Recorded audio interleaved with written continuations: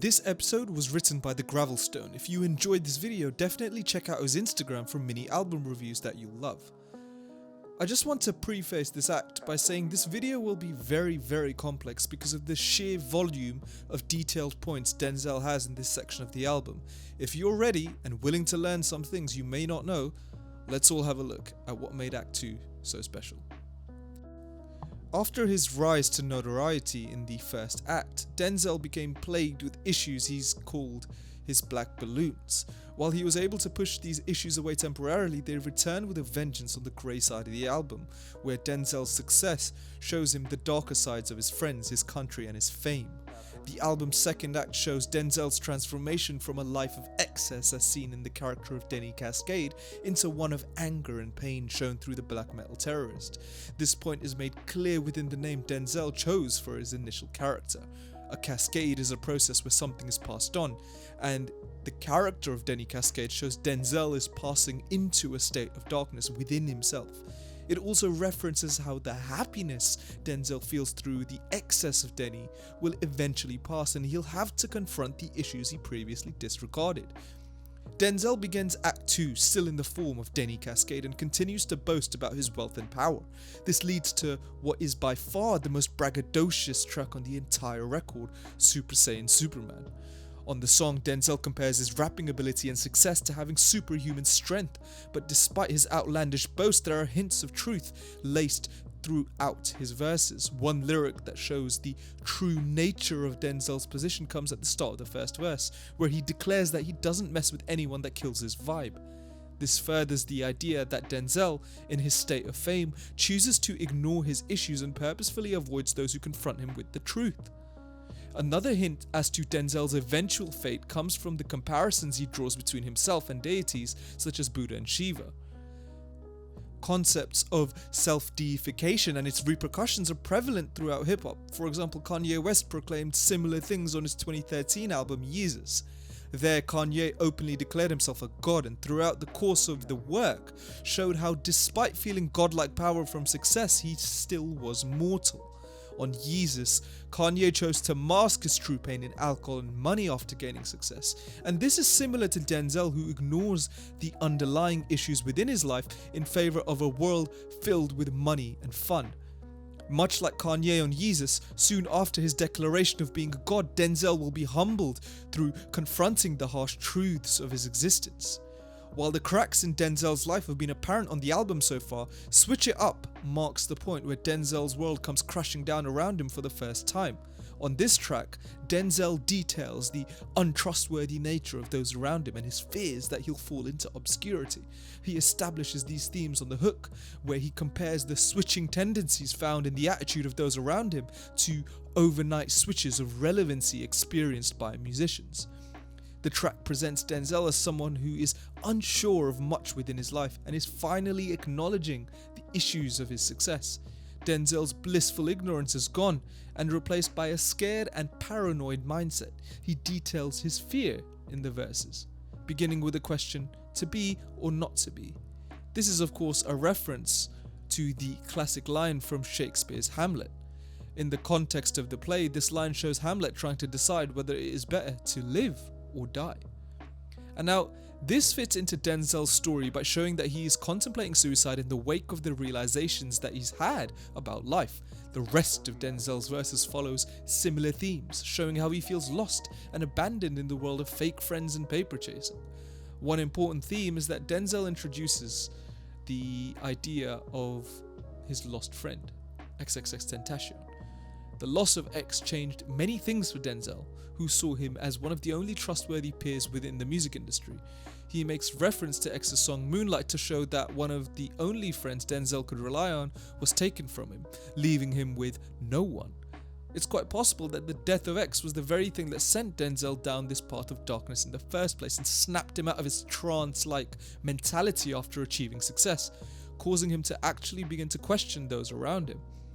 While this is a good thing for Denzel, without someone there to center him, he's going down a dark and violent path, similar to the one that got X killed. Mad I Got It is a song heavily linked to the previous track Switch It Up. On Switch It Up, Denzel spoke about those around him being untrustworthy, but here he focuses on the money-hungry nature of these people, outlining how instead of being happy for him, those close to him only attempt to profit from his fame. And this is made clear in the song's chorus, where Denzel talks about how those who desire his success are just jealous of his lifestyle. Denzel's braggadocious nature is presented throughout his first 2 verses, where he speaks on how his struggle to gain fame and success was a long and difficult one, and now he believes that he owes nothing to those who couldn't achieve what he did. However, Denzel shows the truth of his situation, saying that the only reason he's become such a greedy person is because of all the pain he's gone through, which turned his heart cold. This cold-heartedness is leading Denzel on a path to darkness, as seen at the end of the 2nd verse, where he claims to be ready to kill anyone who would attempt to take his money, as we talked about in the previous video. Denzel said much of the same on Sumo, but it's only now seen as a serious threat, showing that this violent mentality has been present within Denzel for some time, but has only now come to the surface. Denzel also makes another important reference to the late rapper XXXTentacion here, and his song I'm Sippin' Tea in Your Hood. Denzel says, still in the hood, and I still sip tea. While on the surface, this line seems like Denzel is saying that he's still keeping X's memory alive, in actuality it shows that Denzel is retaining the more negative and violent parts of X within himself. The song's 3rd verse really puts the rest of the track into context and sees Denzel rapping about a time when he acted in the same way as those who are now trying to take his money. Therefore, Denzel is coming to terms with the problems of those around him, but refusing to accept that those same issues are present within himself. This is the same type of denial that led to the creation of Denzel's many black balloons, and it is apparent that he's only adding on to them here. After Denzel's repeated violent and defensive behavior, Sirens gives some insight into why Denzel acts this way. He shows on this song that along with his past traumas, his own country is responsible for the way he feels about others. Over the course of life, America has turned its back on Denzel and his race countless times, and this has instilled a deep sense of distrust within him. Sirens is a classic song of protest and draws from Denzel's love of other protest-focused bands such as Rage Against the Machine. Because of this, it's not surprising that when Denzel performed a cover of Rage Against the Machine's 1996 song Bulls on the Parade, he chose to incorporate bits of Sirens into his verses. In an interview with Triple J, Denzel expanded on this connection, saying everything that I was saying in Rage Against the Machine's Bulls and Parade was basically everything that I was saying on Sirens. And the reason why I chose that verse is because it fit, and it's just like it still goes on in America. Denzel used Sirens as his very own protest anthem and wastes no time proving this, beginning his song with an impactful call to action in the chorus. The chorus is written in the perspective of God, and shows him telling those he created not to let him down when they are forced to combat those who hold them back. On this chorus, Denzel is essentially telling those who are oppressed that a day will come when they will defeat their oppressors, but the battle will not be easy, so it's important for them to stand their ground no matter what. The chorus also gives an interesting meaning to the song's title, using Sirens as both a reference to the police sirens associated with police brutality that Denzel will explore throughout this track, and also the call of sirens, mythical sea monsters that would lure people to their deaths. Sirens serve a personification of the corrupt system that attempts to oppress Denzel, whether it be through outright injustice or sneakily luring him into suppression. Denzel uses his first verse to paint a detailed picture of the system he feels oppression from, beginning by saying that despite countless attempts at progress, he's never seen any real change within the government. He instead compares a girl turning gay because of date rape to how minorities turn to crime since their government has never shown them true love. It's clear that from these first few lines that Denzel has seen no progress within the system he feels wronged by, and believes that since things have gotten so bad, there will soon be a day when the system actually collapses. However, Denzel doesn't sugarcoat the reality that he too is part of the wider system's problem. Since he's never voted, he's allowed people to be elected that have oppressed his community, and through Sirens, Denzel means to right his wrongs by taking action. He ends his verse by dedicating the song to both Trayvon Martin and his brother Treon Johnson, two young African American victims of police brutality.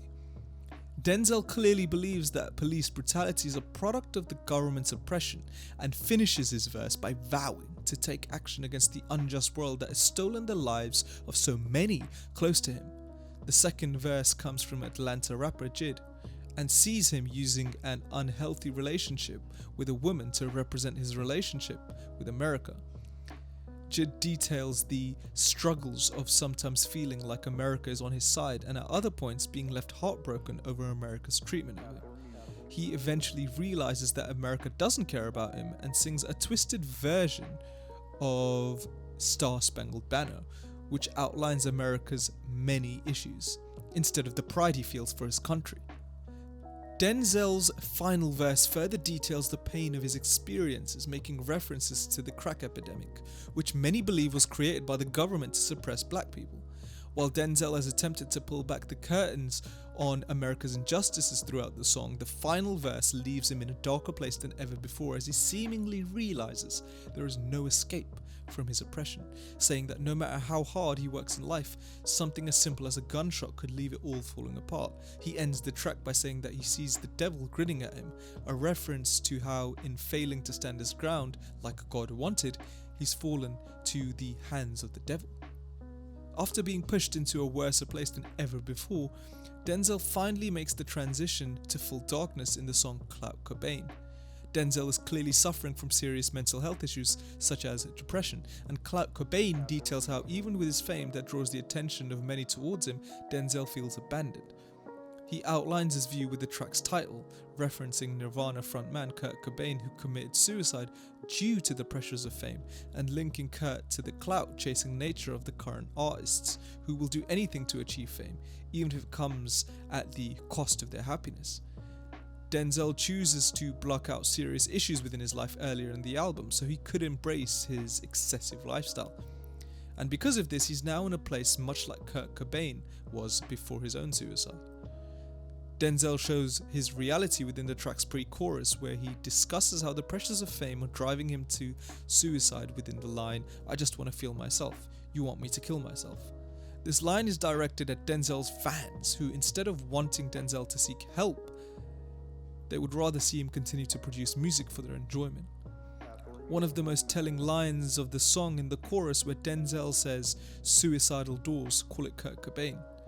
This serves as a reference to the suicide doors of luxury cars, and Denzel is making the point that for many who achieve fame, the doors of a sports car and the thoughts of suicide come hand in hand.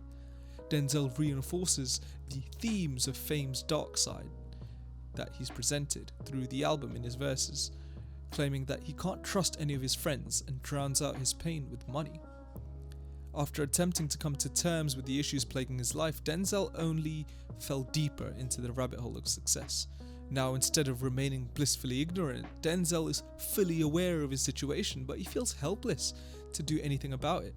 Whether it be from his friends, enemies, or even his own country, Denzel feels the forces of darkness closing in on him from all sides. With no one in his corner, Denzel will be helpless to prevent his dark and violent transformation into the black metal terrorist in the album's third act.